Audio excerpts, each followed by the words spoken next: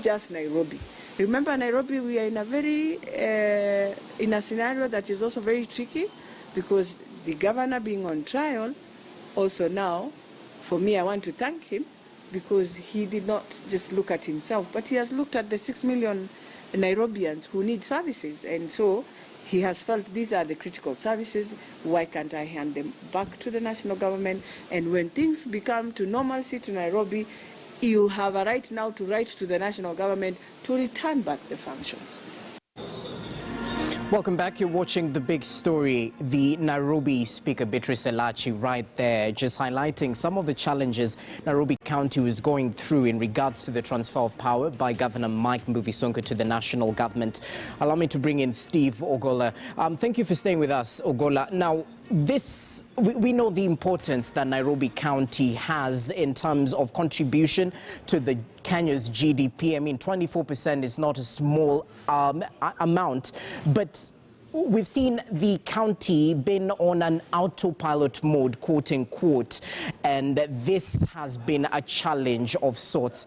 Let's talk about the leadership in Nairobi County. With the transfer of some of the functions to the national government, is this what we should be looking at? Because we can't have a county that is being run down, even as the other guest highlighted, that revenue collection started dwindling even before Sonko. So what should we look at in terms of leadership?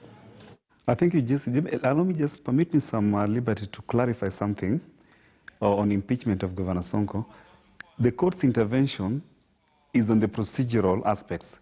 Of course, even if you have grounds for impeachment, you must follow the procedure. You must notify the governor of the intended impeachment. You must give him 3 days to respond to that motion, and so on and so forth. So if you don't follow procedure as outlined in the law, although you have good grounds for impeachment, that impeachment can actually be reversed. That is part of the court's countervailing role. But having said that, let me now come back to the question of concern that you've raised. The alleged, I'm using this word deliberately, the alleged takeover of the Nairobi County functions by the national government is of dubious legality. There's an attempt at chaotic expansion of what transfer of functions really means. And let me set two things clear. There are procedural concerns and substantive constitutional questions relating to this takeover. Let me deal with the procedure first. The procedure for transfer of functions within the Constitution necessarily requires public participation, necessarily requires approval by the county assembly, necessarily requires concurrence by the entire county executive. It cannot be a whimsical decision made in the heat of the moment or for a or unspecified reason by the governor. That is not what the Constitution intended within the meaning of Article 187. But I must also point out in terms of procedure that the framers of Intergovernmental Relations Act did a disservice to us. I have looked at that law, especially Section 26, subsection 5. It creates what you may call as reverse oversight. You know, it confuses the procedure for transfer anticipated under the Constitution. What you find in the Intergovernmental Relations Act is a strange procedure, because it says once an agreement has been signed, then it is taken to the county assembly. The county assembly shall be notified. For what purpose? So I think there's a mischief there that the president exploited within the law, because it seems that Intergovernmental Relations Act seems to document or permit a procedure that is not sanctioned by the Constitution. But if there is doubt, the Constitution says if there is any other law that seems to permit or ordain a procedure that contradicts that in the Constitution, then the Constitution supersedes that any other law. So the right law in terms of procedure is that the county government ought to have sat together, the executive, the county executive, the governor, together with, which is now a legal impossibility right now, for the governor to convene a cabinet meeting at the county level, because he was barred from that office. But in a perfect setting, the governor ought to have sat with the county executive, explained the need for transfer, and then getting approval, then submitting this proposal to the county assembly, and the county assembly giving its approval, and the Senate consider, because the Senate is the protector and defender of devolution. The Senate also having input. Then when all this is done, in terms of oversight by the Senate, then now the national government can then enter into an arrangement of transfer of function with the county government. That is the procedure. It hasn't been followed. On the substance of this transfer, the Constitution under Article 187 does not anticipate the kind of transfer that cripples the county. Actually, transfer within the meaning of the Constitution should be top-down. Okay. You should be permitting transfer for what we call, under the principle of subsidiarity. Functions should be performed better where the services are. Services should be closer to the people. So we did not anticipate situations where functions at the county level are being rolled up and being taken back to the national government. And even if you must do so, you must be careful not to transfer all the functions or all the core functions that makes it impossible for the county government to preserve its independent posture. As it is, these 4 critical functions transferred to the national government, even if the procedure was followed, would still be deemed to be unconstitutional, because it then takes over entirely the functions of the county. And now there's a provision in the law that can deal with the present constitutional and political crisis that we have. All right. If you look at Article 181 of the Constitution, it provides for impeachment. Let impeachment be done the right way. Let the Nairobi County Assembly impeach Governor Sonko. Let the Attorney General of the Republic seek a Supreme Court advisory opinion, or let any public-spirited Kenyan, like Wanjiru Gikonyo right there, go to the High Court for interpretation of what it means to have a county with a governor who has been impeached. The law does not anticipate a vacuum. The courts can interpret the situation to permit the appointment of a deputy or an election if there's a crisis. Under Article 181. Then, if you go further, under Article 192, there's an extreme measure there on suspension of the county. Suspension of the county, then you create a board. The president ought to have formed, for instance, if you thought that the county is unable to perform its function, then you suspend it, you create a committee to manage the affairs of the county, then you declare an election. Okay. Article 187 has a very narrow scope.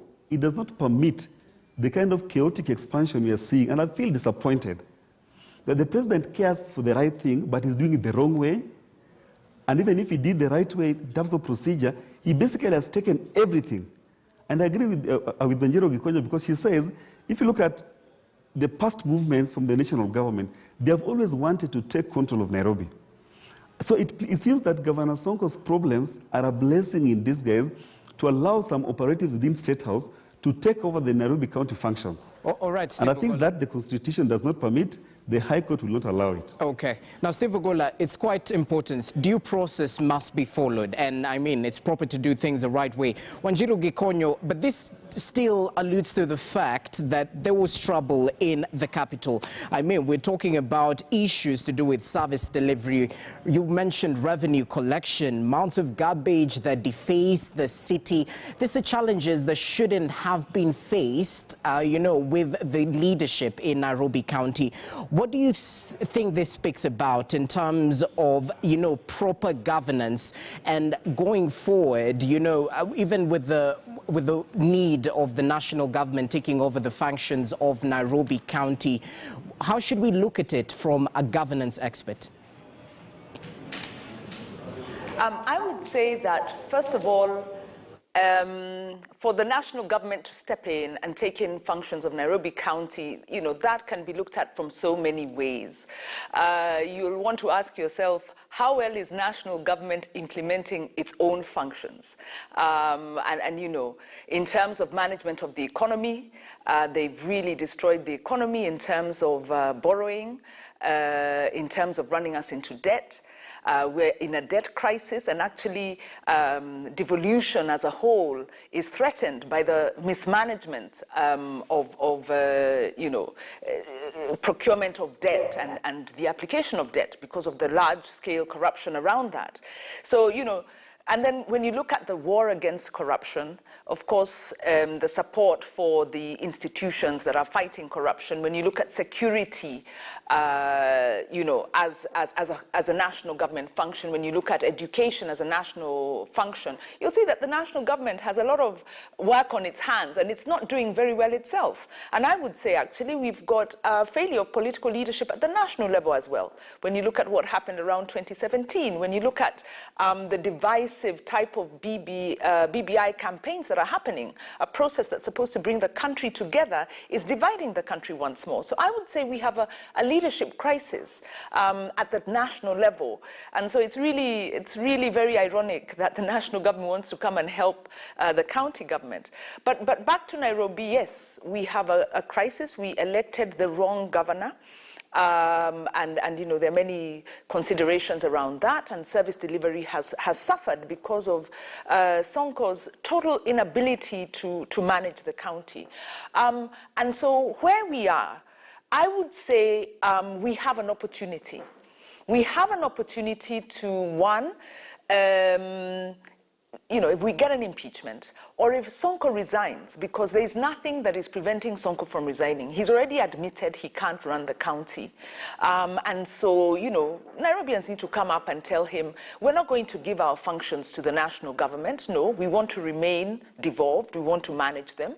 We want to work with the national government through the intergovernmental processes, through the Urban Areas Act, you know, that there are provisions there to support the city structure that haven't been operationalized. So we want all that, but we want that while having our own direct voice in our local governance. I want to be able to go to my ward administrator and have a say in terms of what happens in my ward and in my sub-county. That is what devolution gives us, that, you know, transferring the functions back to national government will deny us. So we want that. But we need to get, the governor needs to go. His time is up. He's messed around, and, you know, Steve said this is not a matter for joke. You know, it's not a jocular matter. It's not a matter to be taken in jest. So Sonko needs to be impeached. He can resign. You know, save us the process of impeachment. Resign. Let us run into a new election.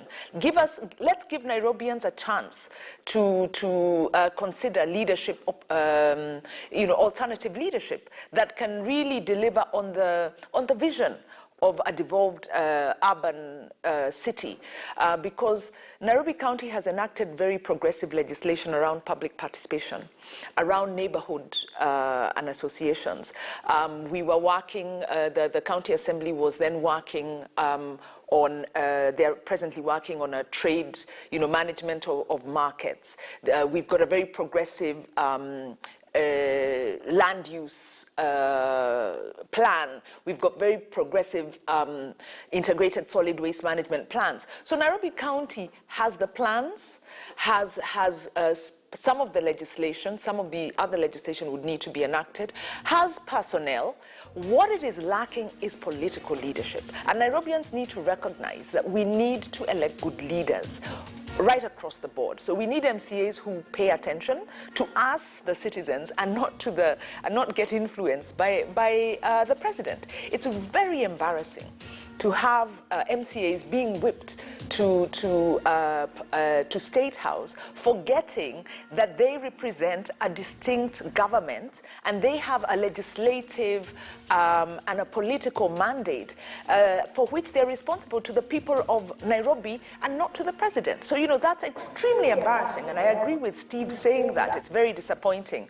So we're in a crisis, but every crisis presents an opportunity, and the opportunity here is for us to change this failed leadership, to change our failed leadership model where we elect people who have no credentials and actually have no potential to even meet the basic requirements of a good leader.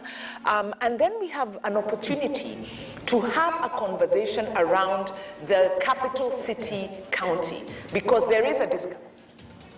Okay, we'll definitely get to hear more of the contributions later on. But thank you so much, Wanjiro Gikonyo, who's a national coordinator at TISA. That's the Institute for Social Accountability, definitely highlighting the challenges in Nairobi, which mostly involve around the leadership issue. Steve Ogola, advocate, also gave us his input on the show, highlighting the proper need to do things rightly, following the law as it is. Thank you so much. And also extending our thanks to Harrison Kinyanjui, who spoke earlier on, to our lead reporter, Sophia Wanuna. That's the big story. Thank you so much for watching. Have yourself a good evening.